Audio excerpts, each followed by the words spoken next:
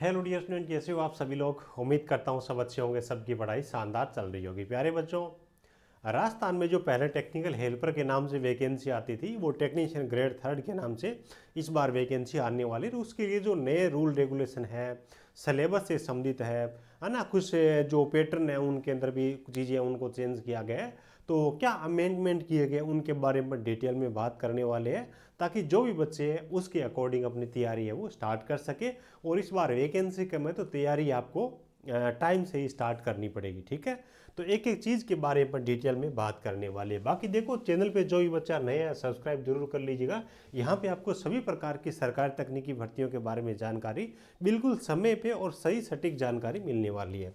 तो इनकी तरफ से जो ऑफिशियल नोटिफिकेशन जारी किया गया, जो कि आपके स्क्रीन पे है, लेटेस्ट नोटिफिकेशन 28 जनवरी को इनकी तरफ से ये नोटिफिकेशन है वो जारी किया गया है। ये जो नियम्स है इनको किस नाम से जाना जाएगा, तो amendment in the JVVNL technical workman service regulation, यानी कि टेक्निकल वर्कमैन सर्विस जो रेगुलेशन है उनके अंदर अमेंडमेंट यानी कि जो संशोधन किया गया वो इनकी तरफ से यहाँ पे जारी किया गया।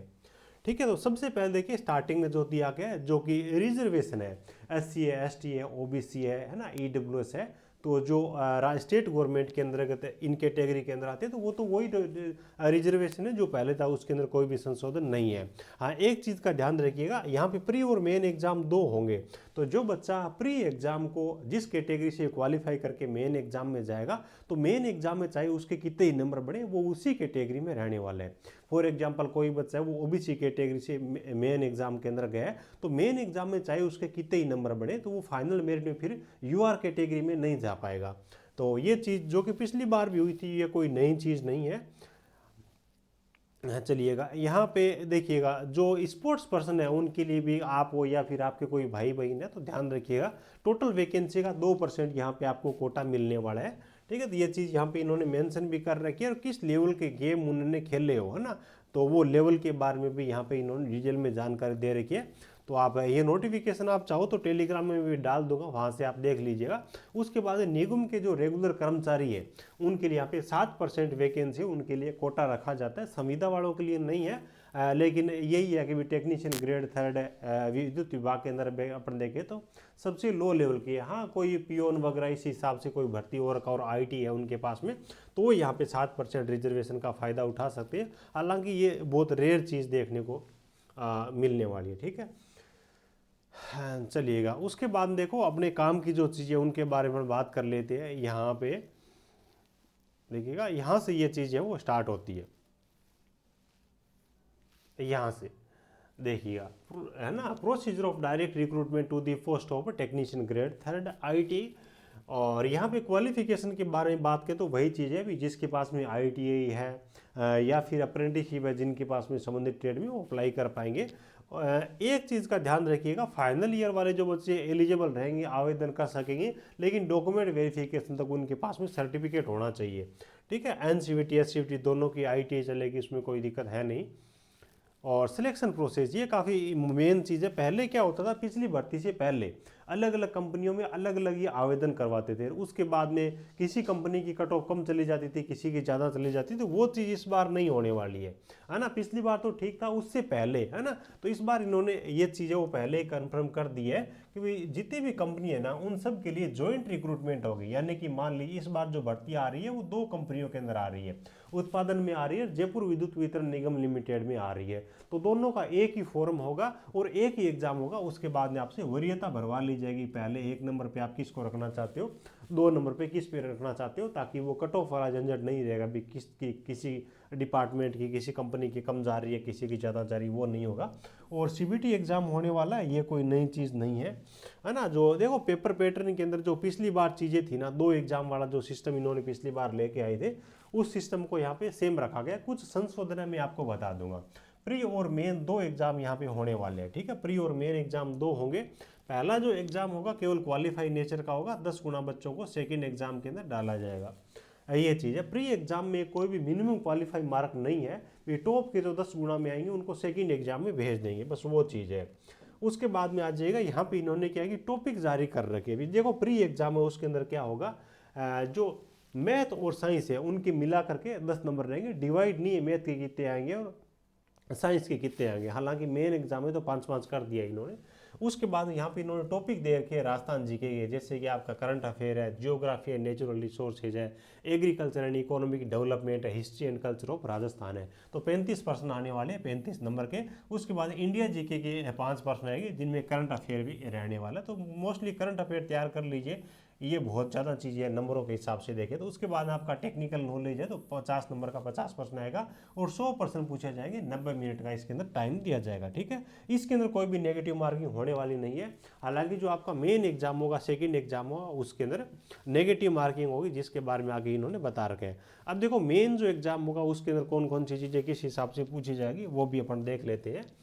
तो देखो यहाँ पे मैथ और साइंस है उनको डिवाइड कर दिया, यानी कि 5 नंबर का आपका साइंस वाला पोर्शन रहने वाला है और 5 नंबर का ये आपका मैथ वाला पोर्शन है वो रहने वाला है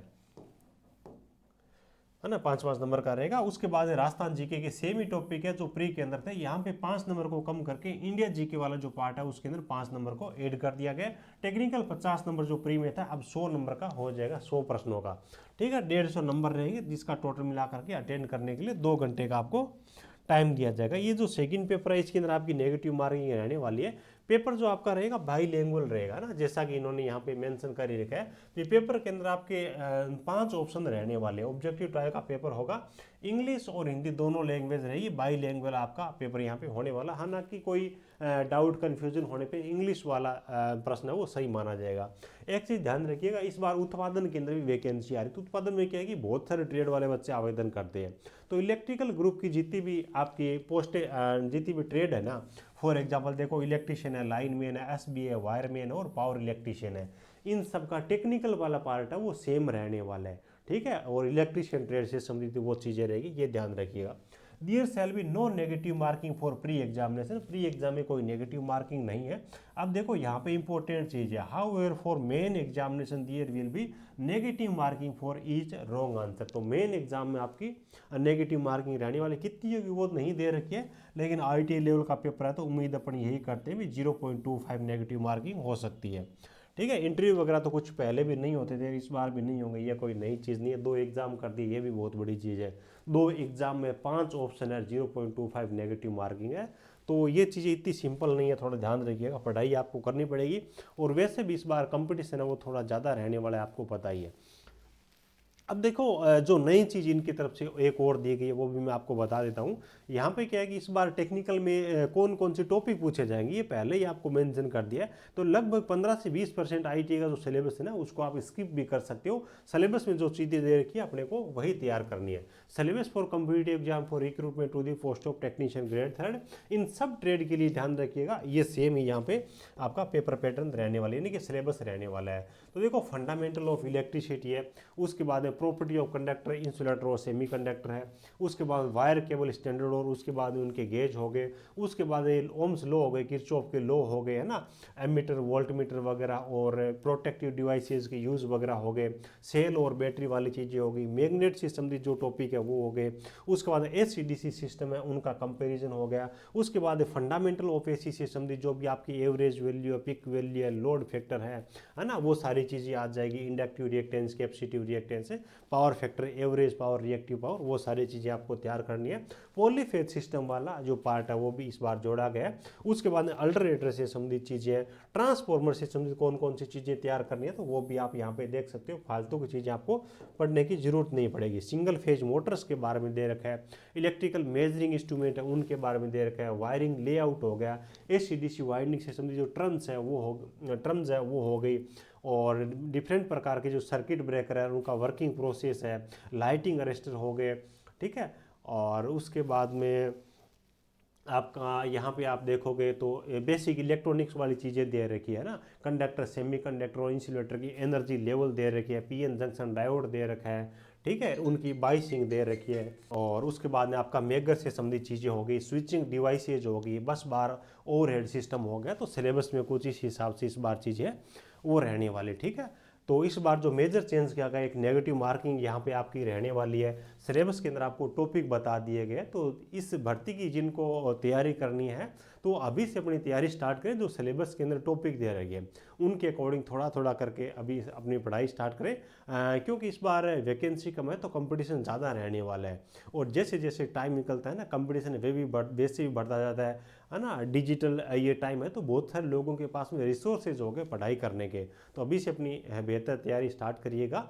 और आपका जो सपना है टेक्नीशियन ग्रेड 3 का, उसका इस बार आपको हर संभव हर प्रयास में आपको सफल करना है। ये नोटिफिकेशन आपको टेलीग्राम में डाल दूंगा, जिसकी लिंक आपको इस वीडियो को डिस्क्रिप्शन में दे रहा हूँ। चलिए, thank you, best of luck.